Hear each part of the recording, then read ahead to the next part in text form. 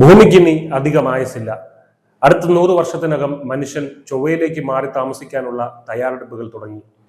ബഹിരാകാശ ഗതാഗത കമ്പനിയായിട്ടുള്ള space X സ്ഥാപകൻ ഇലോൺ മസ്കും ബ്ലൂ ഓറിജിൻ കമ്പനിയുടെ സ്ഥാപകൻ ജെഫ് ബിസോസും ഒക്കെ അതിന്റെ മുന്നൊരുക്കങ്ങളിലാണ്. നമ്മുടെ ബഹിരാകാശ പര്യവേക്ഷണമൊക്കെ ഇപ്പോഴും അതിന്റെ ശൈശവാവസ്ഥയിലാണ്. അതുകൊണ്ട് തന്നെ ഒരു പേടകം ബഹിരാകാശത്തിലേക്ക് അയക്കുന്നതിന് തന്നെ അത്യന്തം ഭാരിച്ച ചെലവാണ്. ആസ്ട്രോനോട്ടുകൾക്ക് മാത്രം പ്രാപ്യമായിട്ടുള്ള ബഹിരാകാശ യാത്ര മറ്റുള്ളവർക്കും ലഭ്യമാക്കുക എന്ന ഉദ്ദേശത്തോടെ പ്രവർത്തിക്കുന്ന കമ്പനികളാണ് സ്പേസ് എക്സും ബ്ലൂ ഒറിജിനും. ഭാവിയിൽ വിമാനയാത്ര പോലെ ബഹിരാകാശ യാത്ര എല്ലാവർക്കും ലഭിക്കുന്നുണ്ടെങ്കിൽ അതിന് തുടക്കം കുറിച്ചത് ഈ 2 കമ്പനികളാണ് എന്ന് പറയേണ്ടി വരും. ഇപ്പോൾ ചൊവ്വയിലെ അന്തരീക്ഷം പഠിക്കുക എന്ന ലക്ഷ്യവുമായി ബ്ലൂ ഒറിജിനുമായി നാസ സംയുക്തമായി നടത്തുന്ന എസ്കേപ്പേഡ് എന്ന ദൗത്യത്തിന് തുടക്കമായി.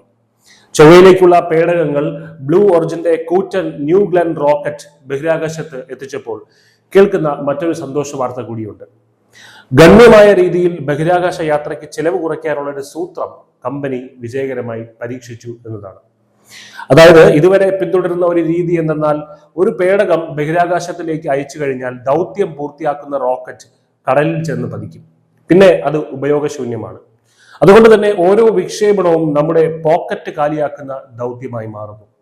വിക്ഷേപണ ചെലവ് കുറയ്ക്കുന്നതിനും വിക്ഷേപണത്തിന്റെ എണ്ണം കൂട്ടുന്നതിനും അയക്കുന്ന റോക്കറ്റുകൾ വീണ്ടെടുക്കാൻ കഴിയണം.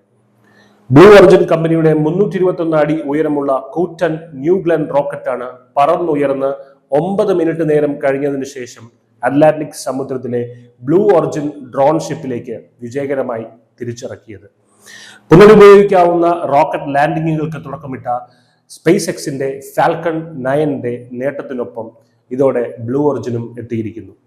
ബഹിരാകാശ യാത്രയിൽ ഇതൊരു നാഴികക്കല്ലായിരിക്കും എന്ന് തന്നെ പ്രതീക്ഷിക്കുന്നു. ന്യൂസ് ഡെസ്ക് ന്യൂസിന്റെ മലയാളം.